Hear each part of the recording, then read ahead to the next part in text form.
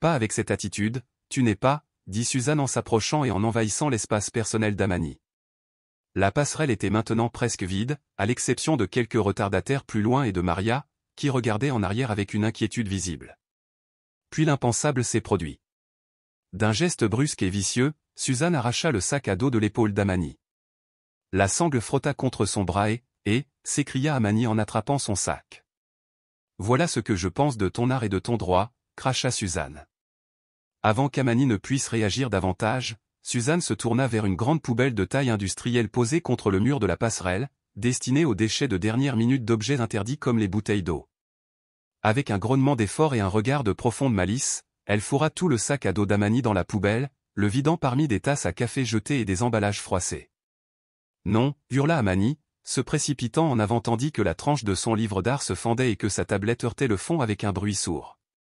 Son petit ours, ses crayons et sa bouée de sauvetage où était tout cela? Suzanne recula, un rictus triomphant et les tordant ses lèvres. Problème résolu. Maintenant, monte dans l'avion avant de causer plus de problèmes. Les larmes montèrent aux yeux d'Amani, des larmes de choc, de rage, d'incrédulité totale. Ses mains tremblaient tandis qu'elle fixait la poubelle, puis Suzanne, debout, les bras croisés, la mettant au défi de la défier. D'autres passagers jetèrent un coup d'œil en arrière, le visage marqué par la surprise et l'inquiétude. Maria, l'autre hôtesse de l'air, se précipita. « Suzanne, qu'as-tu fait? Tu ne peux pas faire ça. »« Je m'en suis occupée, Maria, ne t'en mêle pas, » rétorqua Suzanne d'une voix glaciale. Elle dérangeait avec un sac trop grand et inapproprié. Il correspondait au gabarit, je l'ai vu, protesta Maria en lançant un regard empreint de profonde empathie à Amani. C'est sa propriété personnelle. Amani sentit une fureur froide s'enflammer sous le choc. Elle regarda Suzanne, les yeux rivés sur le visage suffisant de l'hôtesse de l'air. Vous n'avez aucun droit, s'étrangla-t-elle, la voix chargée de larmes retenues. J'ai tous les droits, rétorqua Suzanne froidement. Je suis responsable de la sécurité et de l'ordre dans cet avion, et franchement, vous avez besoin d'apprendre une leçon sur le respect des règles et de l'autorité. Le racisme à peine voilé était désormais flagrant et effroyablement clair. Il ne s'agissait pas seulement d'un sac ou d'une prétendue perturbation, mais du fait qu'Amani était noire. Maria se pencha vers la poubelle. « Laisse-moi te la sortir, ma puce, dit-elle doucement à Amani. « N'ose pas, Maria, ordonna Suzanne. Elle reste là. C'est un déchet maintenant. » La fureur d'Amani s'enflamma davantage. Elle fixa à nouveau le visage suffisant de Suzanne. « Tu n'as pas le droit. » Elle s'étrangla, la voix chargée de larmes retenues. « J'en ai tous les droits, » rétorqua Suzanne froidement. « Je suis responsable de la sécurité et de l'ordre dans cet avion, et franchement, vous avez besoin d'apprendre à respecter les règles et l'autorité. » Le racisme à peine voilé était désormais flagrant et effroyablement clair. Il ne s'agissait pas seulement d'un sac ou d'une prétendue perturbation, mais du fait qu'Amani était noire. Maria se pencha vers la poubelle. « Laisse-moi te la sortir, ma puce, dit-elle doucement à Amani. « N'ose pas, Maria, ordonna Suzanne. Il reste là. C'est un déchet maintenant. » Quelque chose se brisa en Amani. Le choc initial céda la place à une détermination inébranlable. Elle n'était pas une adolescente quelconque que Suzanne pouvait brutaliser et rabaisser, elle était Amani Washington, et Suzanne venait de commettre la plus grosse erreur de sa carrière. S'essuyant les yeux avec fureur, Amani fouilla dans sa poche. Ses doigts se refermèrent sur son téléphone, ses mains tremblaient encore, mais son regard restait inflexible. Elle regarda Suzanne droit dans les yeux, dont l'expression suffisante vacilla devant ce changement soudain. « Tu vas le regretter, » dit Amani d'une voix basse et étonnamment posée. « Tu vas le regretter plus que tout ce que tu as fait. » Suzanne ricana. « Oh, je suis terrifiée. Qu'est-ce que tu vas faire, petite fille? Appeler ta maman ?» Amani ne répondit pas. Son pouce parcourait déjà ses contacts. Elle trouva le nom qu'elle cherchait, Papa. Son doigt resta immobile une fraction de seconde. Son père était un homme incroyablement occupé, à la tête d'une entreprise multimilliardaire. Il lui avait toujours appris à gérer ses propres difficultés, à être résiliente, à s'exprimer. Mais là, c'était différent. Ce n'était pas un simple désaccord. C'était un acte raciste malveillant et ciblé, un abus de pouvoir, et son père, PDG de cette même compagnie aérienne, devait le savoir immédiatement. Elle appuya sur « Appeler ». Le téléphone sonna une fois, puis deux. Amani sentit le regard dédaigneux de Suzanne et le regard inquiet de Maria. Quelques passagers s'attardèrent à la porte de l'avion, chuchotant, la curiosité piquée au vif. La passerelle ressemblait à une cocotte minute. Amani, chérie, tout va bien? La voix grave et calme de Marcus Washington résonna dans le haut-parleur. Il assistait à plusieurs réunions du conseil d'administration ce jour-là, mais il avait demandé à son assistante de toujours transmettre les appels d'Amani, quoi qu'il arrive. Les larmes menaçaient de couler à nouveau, mais Amani les retint. Il fallait qu'elle soit claire. « Papa » commença-t-elle d'une voix encore un peu tremblante mais qui gagnait en force, « je suis à la porte B32 d'ATL. Je prends le vol 712 d'Ascent Air pour New York. » Il y avait une pointe d'inquiétude dans sa voix. Il connaissait son horaire de voyage, son appel juste avant l'embarquement signifiait que quelque chose n'allait pas, que s'est-il passé? Une hôtesse de l'air, Suzanne, vient de jeter mon sac à dos dans une poubelle sur la passerelle. Pardon? Le calme de Marcus se transforma en une colère incrédule. Amani l'entendit presque se redresser brusquement sur sa chaise au siège d'Ascent Air. Elle a dit que mon sac était une horreur, a poursuivi Amani, ravalant sa boule dans la gorge, et que les gens comme moi essayaient toujours d'enfreindre les règles. Elle a dit que j'avais besoin d'apprendre une leçon. Sa voix se brisa sur ces derniers mots, tandis que l'humiliation remontait à la surface. Ma tablette? Papa, mon livre d'art de grand-mère, tout. Un silence pesant s'ensuivit. Amani imaginait le visage de son père s'assombrir, son esprit digérant les implications, il ne s'agissait pas d'un problème de service client. Il s'agissait d'une attaque contre son enfant, alimentée par le racisme, commise par son propre employé, au sein de sa propre compagnie aérienne. Est-ce que c'est Suzanne, l'hôtesse de l'air, qui est avec vous maintenant? Sa voix était dangereusement basse, un ton réservé au moment de mécontentement extrême ou de crise. Oui, papa. Elle est là. Elle ne veut pas laisser l'autre hôtesse, Maria, sortir mon sac de la poubelle. Suzanne, entendant à nouveau son nom mentionné en lien avec « papa », laissa échapper un rire nerveux. « Oh, s'il te plaît. Est-ce que ton papa va venir me gronder? Mets-moi sur haut-parleur, Amani, ordonna Marcus. » Les mains encore tremblantes, Amani activa le haut-parleur. « Tu es sur haut-parleur, papa. » La voix de Marcus Washington, amplifiée par le téléphone, emplissait le silence tendu de la passerelle. C'était une voix habituée à capter l'attention ou une voix qui exprimait puissance et autorité sans effort. « Ici Marcus Washington », a-t-il déclaré, sans laisser de place au doute. « Je suis le PDG d'Ascent Air. » À qui est-ce que je m'adresse? Suzanne se figea. Sa mâchoire tomba littéralement, son visage se vida complètement. Elle regarda Amani, puis le téléphone comme s'il s'agissait d'un serpent venimeux. Aucun son ne sortit. Maria, debout à proximité, semblait également stupéfaite, mais son visage exprimait une émotion différente, une justification horrifiée. La voix de Marcus était plus froide cette fois. Hôtesse de l'airport B32, veuillez vous identifier. Suzanne retrouva enfin sa voix, même si ce n'était qu'un couinement. Suzanne Miller, monsieur. Suzanne Miller, répéta Marcus, écrivant son nom comme pour le graver dans sa mémoire. Vous devez immédiatement récupérer le sac de mademoiselle Washington dans la poubelle. Vous devez l'inspecter pour déceler tout dommage, en sa présence et celle de votre collègue. Vous devrez ensuite présenter des excuses à mademoiselle Washington, pas des excuses de pure forme, Suzanne Miller, mais sincères. Même si, franchement, je doute que vous en ayez la force. Sa voix était teintée d'une fureur contenue. Alors, vous devez attendre les instructions du responsable des services en vol, qui accueillera ce vol à l'arrivée prévue ou plutôt si je peux m'arranger. Vous ne travaillerez pas sur le vol pour New York, vos fonctions pour aujourd'hui sont terminées. En fait, Suzanne Miller, je soupçonne fortement que votre carrière chez Ascent Air est terminée. Suzanne tremblait visiblement, son visage maquillé d'horreur naissante. Elle semblait sur le point de s'effondrer. Les autres passagers, qui s'attardaient à la porte de l'avion, la fixaient maintenant ouvertement, leur curiosité passée remplacée par un silence stupéfait, ils venaient d'assister à un atterrissage d'une ampleur monumentale. « Monsieur, je peux vous expliquer » balbutia Suzanne, la voix brisée. Il y a eu un malentendu, le sac représentait un danger. Un danger? La voix de Marcus était dangereusement douce. Ma fille m'a dit que le sac convenait parfaitement au gabarit. Vous traitez ma fille de menteuse, mademoiselle Miller? Non, non, monsieur, bien sûr que non. J'ai réagi de manière excessive. Je suis vraiment désolé, monsieur. Je suis vraiment désolé. Ces excuses étaient adressées au téléphone, au PDG invisible, et non à Amani. Vos excuses, mademoiselle Miller, dit Marcus d'un ton glacial, sont mal adressées et dénuées de sens pour moi. C'est à ma fille que vous devez des excuses pour votre comportement franchement répugnant. Maintenant, récupérez son sac immédiatement.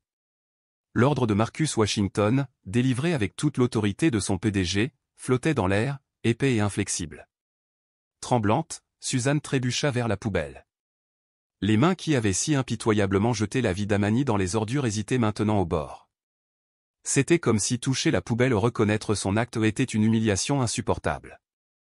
Mais la pression silencieuse et inflexible de la voix au téléphone, et peut-être les regards noirs des quelques passagers restants, la forcèrent à la saisir. Avec une grimace visible, Suzanne fouilla dans la poubelle. Elle en sortit le sac à dos éclatant d'Amani, maintenant maculé de taches de café et de crasse. Une peau de banane à moitié mangée était collée à l'une des sangles. Cette vision déchaîna une nouvelle vague de nausée et de colère chez Amani, son magnifique sac, son expression personnelle, souillée. Suzanne tenait le sac avec précaution, comme s'il était contaminé, et le tendit à Amani d'une main tremblante. « Tiens, marmonna-t-elle, les yeux baissés, incapable de soutenir le regard d'Amani. Amani prit son sac à dos, le cœur serré lorsqu'elle sentit une tache humide au fond et entendit un léger cliquetis inquiétant à l'intérieur. Gus, son petit ours, sortait d'un compartiment partiellement ouvert, sa fourrure emmêlée de quelque chose de collant. Les derniers mots de Marcus résonnèrent dans son esprit, « Inspectez vos affaires ». La voix du père d'Amani résonna au téléphone, calme et posée, « S'il vous plaît, aidez-la ». Maria, qui avait assisté à la scène avec un mélange de stupeur et de soulagement, s'empressa d'agir. « Bien sûr, monsieur, tout de suite. » Doucement, elle guida Amani vers un endroit plus propre sur le plancher de la passerelle. « Voyons voir ce qu'on a là, ma puce. » Ensemble, ils ouvrirent soigneusement le sac à dos. La première victime était évidente, le précieux livre d'art d'Amani, une édition rare offerte par sa grand-mère gisait blessée, sa couverture pliée et des taches de café noir s'infiltrant dans les pages. Amani retint son souffle. Son carnet de croquis avait subi le même sort, les pages gondolées et tachées qui contenaient autrefois ses rêves étaient désormais froissées et humides. Sa tablette flambant neuve, nichée dans sa housse matelassée, semblait intacte pour l'instant. Mais Amani n'en serait certaine qu'après l'avoir allumée.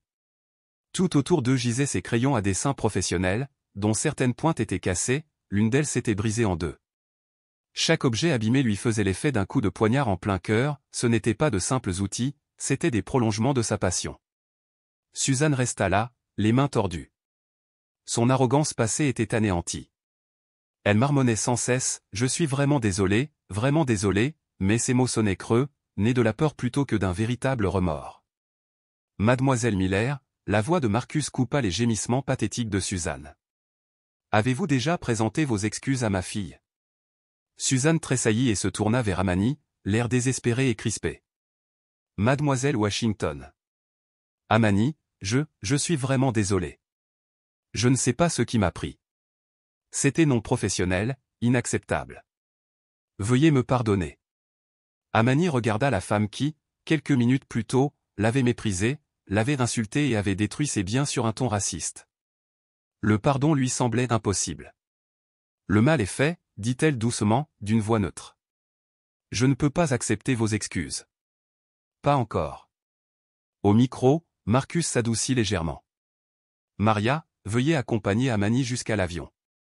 Trouvez-lui un siège confortable en première classe, si disponible, et assurez-vous qu'elle a tout ce dont elle a besoin. Je veux que vous vous occupiez d'elle personnellement pendant toute la durée du vol, si elle choisit de voyager aujourd'hui. Un autre membre d'équipage nous attendra à la porte d'embarquement pour remplacer mademoiselle Miller. Oui, monsieur Washington, répondit Maria d'une voix chaleureuse et efficace. Elle aida Amani à rassembler ses affaires abîmées. Merci pour votre politesse, ajouta Marcus. Maria rougit. Je fais juste mon travail, monsieur. Tandis que Maria guidait Amani vers la porte de l'avion, Suzanne restait figée sur la passerelle, la peau de banane abandonnée accrochée à la sangle d'une poubelle. Elle semblait complètement brisée. Les passagers témoins du drame chuchotaient entre eux, lui lançant des regards curieux et dédaigneux. Une carrière bâtie au fil des ans avait implosé en quelques minutes.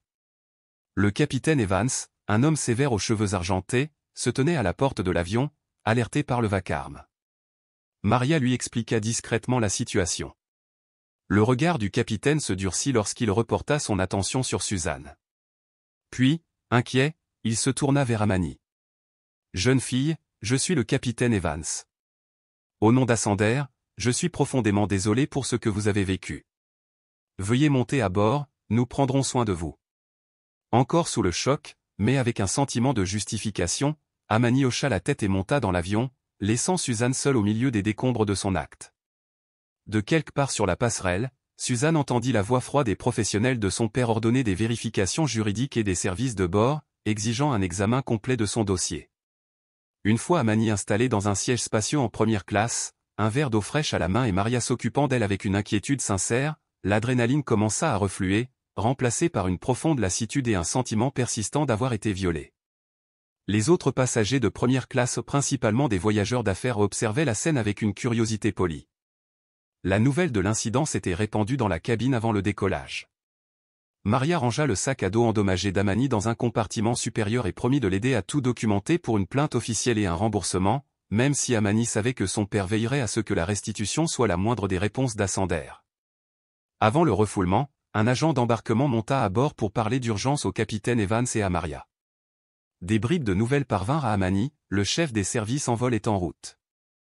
Mademoiselle Miller est escortée, déclaration officielle. Les directives de Marcus se déroulaient à la vitesse de l'éclair. Le vol pour New York se déroula sans encombre, mais Amani ne parvenait pas à se détendre. Le ricanement de Suzanne, ses paroles haineuses, le craquement esséurant de ses affaires jetées à la poubelle, chaque répétition suscitait chez elle colère et humiliation. Maria prenait régulièrement de ses nouvelles, lui offrant des encas, des boissons et des mots réconfortants, une gentillesse en contraste frappant avec la cruauté. Pendant ce temps, à Atlanta, Suzanne Miller était escortée hors de la passerelle par la sécurité de l'aéroport et un responsable d'escale d'Ascender. En larmes et suppliante, elle fut conduite dans un bureau stérile du service des opérations, informée de sa suspension immédiate dans l'attente d'une enquête approfondie, son badge d'identification et ses papiers d'identité lui étant confisqués. À la tour d'Ascender, Marcus Washington a convoqué une réunion d'urgence avec les dirigeants, Sarah Chen, responsable des services en vol, David Lee, directeur juridique, et Rebecca Holloway, directrice des ressources humaines. D'une voix dangereusement calme, il a raconté l'épreuve de sa fille, la qualifiant de trahison catastrophique de leurs valeurs et d'atteinte à la dignité de tout passager. Sarah, horrifiée, a admis les plaintes passées des passagers, impolitesse, brusquerie qui, à présent, laissaient entrevoir une tendance. Rebecca a avoué la difficulté de prouver une partialité inconsciente malgré des procédures d'examen rigoureuses. David, sombre, a pris note du témoignage explicite d'un témoin hautement crédible et a réclamé une enquête rapide et sans phare sur l'ensemble du mandat de Miller. Ils avaient de solides motifs de licenciement immédiat pour faute grave, malgré les allégations potentielles de partialité concernant la victime. La demande de Marcus était claire, retirer chaque fiche de commentaire, chaque rapport, chaque évaluation par les pairs. Il voulait savoir s'il s'agissait d'un incident isolé ou d'une tendance qu'il n'avait pas corrigée. Sarah, je souhaite que vous interviewiez personnellement Maria, que vous la félicitiez pour ses actions et que vous vous assuriez qu'elle comprenne qu'elle bénéficie du soutien total de cette entreprise. Nous avons besoin d'employés comme elle. Quant à Miller, je tiens à ce que le message soit clair, ce type de comportement est non seulement inacceptable, mais aussi contraire à tout ce qu'Ascend représente. Nous allons l'éradiquer, et ce, sans pitié. Il marqua une pause, son regard balayant son équipe. Cette enquête ne concerne pas seulement Suzanne Miller, elle concerne notre culture. Favorisons-nous réellement un environnement de respect et d'inclusion, ou avons-nous laissé des foyers de sectarisme s'installer? J'attends des réponses honnêtes, et je les attends bientôt. À l'atterrissage de l'avion d'Amani à l'aéroport LaGuardia de New York, elle fut accueillie à la porte d'embarquement non seulement par le chauffeur que son père avait réservé, mais aussi par Mademoiselle Evans, la responsable régionale des services à bord. Mademoiselle Evans était professionnelle, profondément désolée et efficace. Elle avait déjà réservé une tablette de remplacement flambant neuve et une carte cadeau pour un magasin de fournitures artistiques haut de gamme, d'une valeur bien supérieure à celle des objets endommagés d'Amani. Amani, dit doucement Mademoiselle Evans, au nom d'Ascender et en mon nom personnel, je suis profondément désolé pour ce que vous avez enduré aujourd'hui. C'est inexcusable. Votre père est resté en contact permanent avec nous et nous prenons la situation très au sérieux. Fatiguée mais reconnaissante de la sincérité de mademoiselle Evans, Amani hocha la tête. Merci. Que va-t-elle devenir? Mademoiselle Evans hésita. Une enquête officielle est en cours, mais je peux vous assurer que ces actes auront de graves conséquences. Elle ne volera plus pour A100R. Ce soir-là, Susan Miller était assise dans son appartement solitaire d'Atlanta, la réalité de sa situation s'écroulant autour d'elle. Son téléphone vibrait d'appels de son délégué syndical, à la voix grave, et de quelques collègues nerveux qui avaient entendu des rumeurs.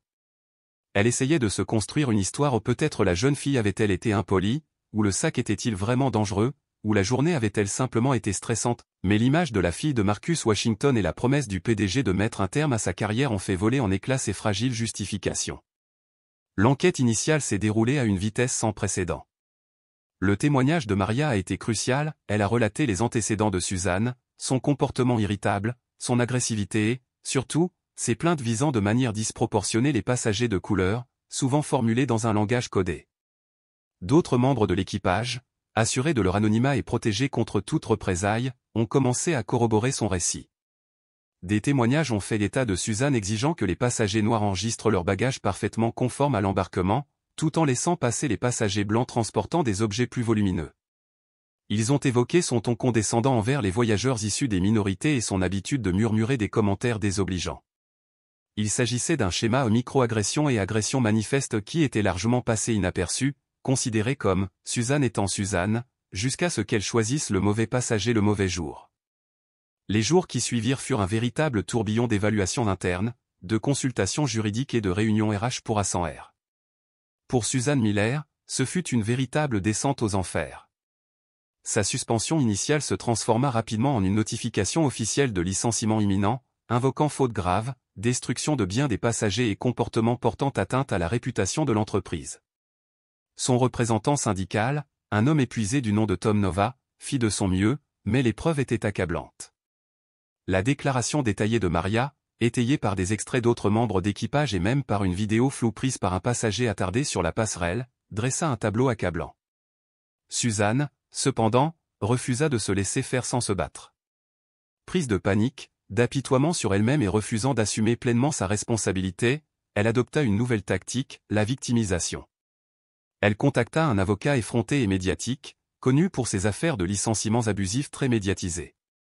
Ensemble, ils échafaudèrent un récit. Susan Miller, une hôtesse de l'air dévouée et de longue date, était utilisée comme bouc émissaire par un puissant PDG protégeant sa fille privilégiée et indisciplinée.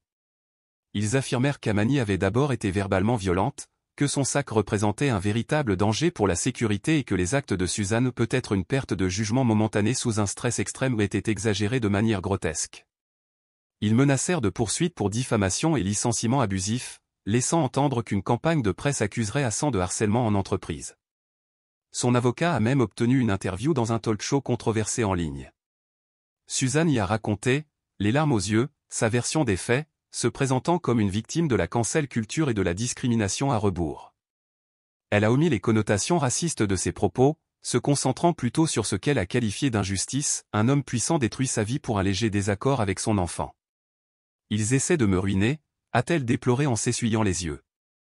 12 ans de bons et loyaux services, et voilà comment ça se termine, parce que j'ai imposé une règle de sécurité à la fille du PDG? C'était une erreur de calcul colossale. Marcus Washington et l'équipe juridique d'A100R étaient préparés. Ils avaient tout méticuleusement documenté, le témoignage serein d'Amani, le récit détaillé de Maria concernant l'agression et les propos racistes de Suzanne, des gens comme vous, votre genre, le dossier des biens endommagés d'Amani et le nombre croissant de plaintes antérieures contre Suzanne. Lorsque l'offensive médiatique de Suzanne a commencé, A100R a réagi non pas par des mots, mais par des faits concrets et sans équivoque. L'entreprise a publié un communiqué. A100 s'engage à offrir un environnement sûr et respectueux à tous les passagers et employés. Sur le vol 712, une ancienne employée, mademoiselle Susan Miller, a eu un comportement enfreignant gravement la politique de l'entreprise, ses valeurs fondamentales et les normes élémentaires de décence. Parmi ces actes figurait la destruction injustifiée de biens personnels et des insultes. Une enquête approfondie, comprenant de nombreux témoignages et un examen des états de service de l'ancien employé, a confirmé la gravité de la faute. Hassan R maintient sa décision et se défendra vigoureusement contre toute plainte infondée. Nous ne tolérons aucune forme de discrimination ni d'abus. Mais le véritable rebondissement est venu du public.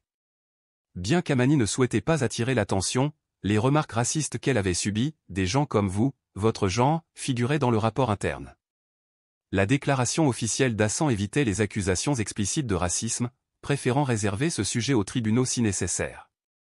Suzanne n'avait pas prévu que d'autres victimes se manifesteraient.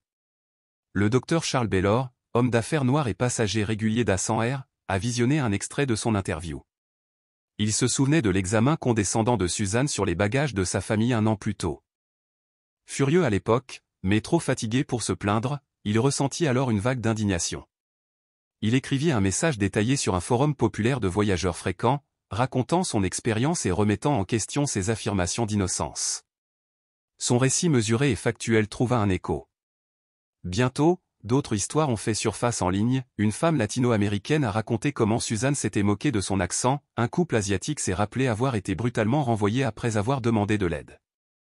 Aucun de ces incidents n'avait suffi à lui seul à entraîner des sanctions disciplinaires majeures, mais ensemble, ils formaient un schéma clair et indéniable. Pendant ce temps, Kevin, l'étudiant qui avait filmé l'incident initial, regardait l'interview larmoyante de Suzanne et se sentait esséuré par sa malhonnêteté.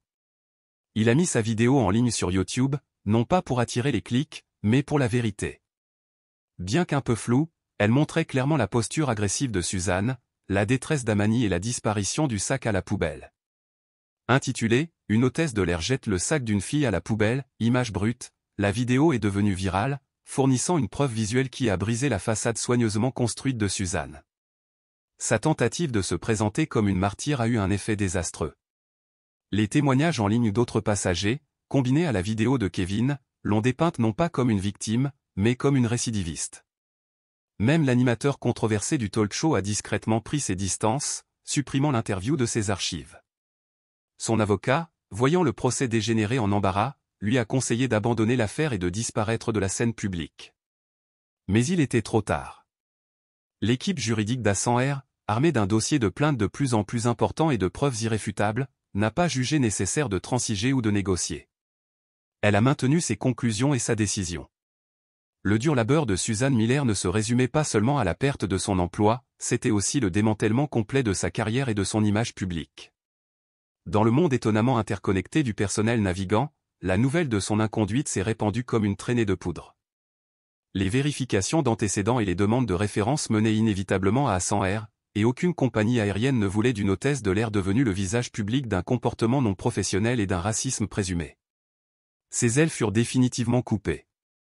La plainte pour licenciement abusif, comme l'avait prédit son avocat réticent, tomba à l'eau. Hassan avait scrupuleusement respecté la procédure régulière, les preuves étaient accablantes. Son avocat finit par la licencier lorsqu'elle refusa d'admettre la futilité de son dossier et persista à affirmer qu'elle était la partie lésée. Seule, confrontée à de graves difficultés financières, Suzanne a dû faire face à la dure réalité de ses choix. Le mode de vie qu'elle avait connu aux 12 ans d'emploi stable avec de bons avantages sociaux s'est effondré sous ses pieds. Internet a la mémoire longue, et chercher son nom faisait toujours apparaître des articles de presse, des forums de discussion et la vidéo virale. À Atlanta, on reconnaissait ces murmures qui la suivaient dans les rayons des supermarchés. Ses anciens collègues, autrefois amicaux, l'évitaient désormais. La honte était devenue une compagne constante et tenace. Elle a dû réduire la taille de son appartement, vendre sa voiture et lutter pour trouver un emploi qui lui rapportait un salaire comparable. Ses compétences étaient spécifiques à une industrie qui ne la voulait plus, et sa notoriété rendait même les postes généraux de service à la clientèle presque impossibles à obtenir. Les employeurs potentiels recherchaient son nom sur Google, lisaient les histoires et choisissaient tranquillement d'autres candidats. Le dur karma était la prise de conscience lente et écrasante que ses actions avaient irrévocablement détruit sa vie professionnelle et sa sécurité future. Le karma le plus profond était peut-être interne. Tandis que Suzanne tentait d'externaliser la faute, le poids de la condamnation publique, les preuves irréfutables de son propre comportement filmé et le cœur des victimes passées l'ont finalement forcé à une douloureuse introspection. Aussi indésirable soit-il, le ricanement confiant et dédaigneux qu'elle arborait si facilement a été remplacé par le regard hanté de quelqu'un qui a vu son pire moi reflété par le monde entier et ne peut plus le nier. Elle s'était enorgueillie de son autorité, de son contrôle, maintenant, elle n'en avait plus aucun. Sa vie ne lui appartenait plus, assombrie par une décision catastrophique, nourrie par la haine. Imani, protégée par sa famille et concentrée sur son programme artistique, a été largement préservée des retombées publiques de l'implosion de Suzanne. Son père a veillé à ce qu'elle sache que justice était rendue, non seulement pour elle, mais pour le principe de respect et de dignité que Suzanne avait si négligemment violé.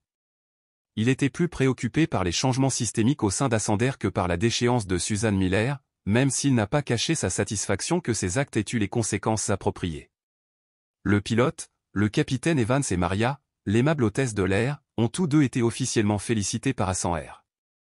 Maria, en particulier, a reçu une citation spéciale pour son courage et son intégrité. Elle est devenue une championne interne de l'amélioration de la formation au service client, en mettant l'accent sur la désescalade et la sensibilité culturelle. Kevin, l'étudiant qui a publié la vidéo, a reçu une note de remerciement de Marcus Washington lui-même, ainsi qu'un généreux bon de voyage.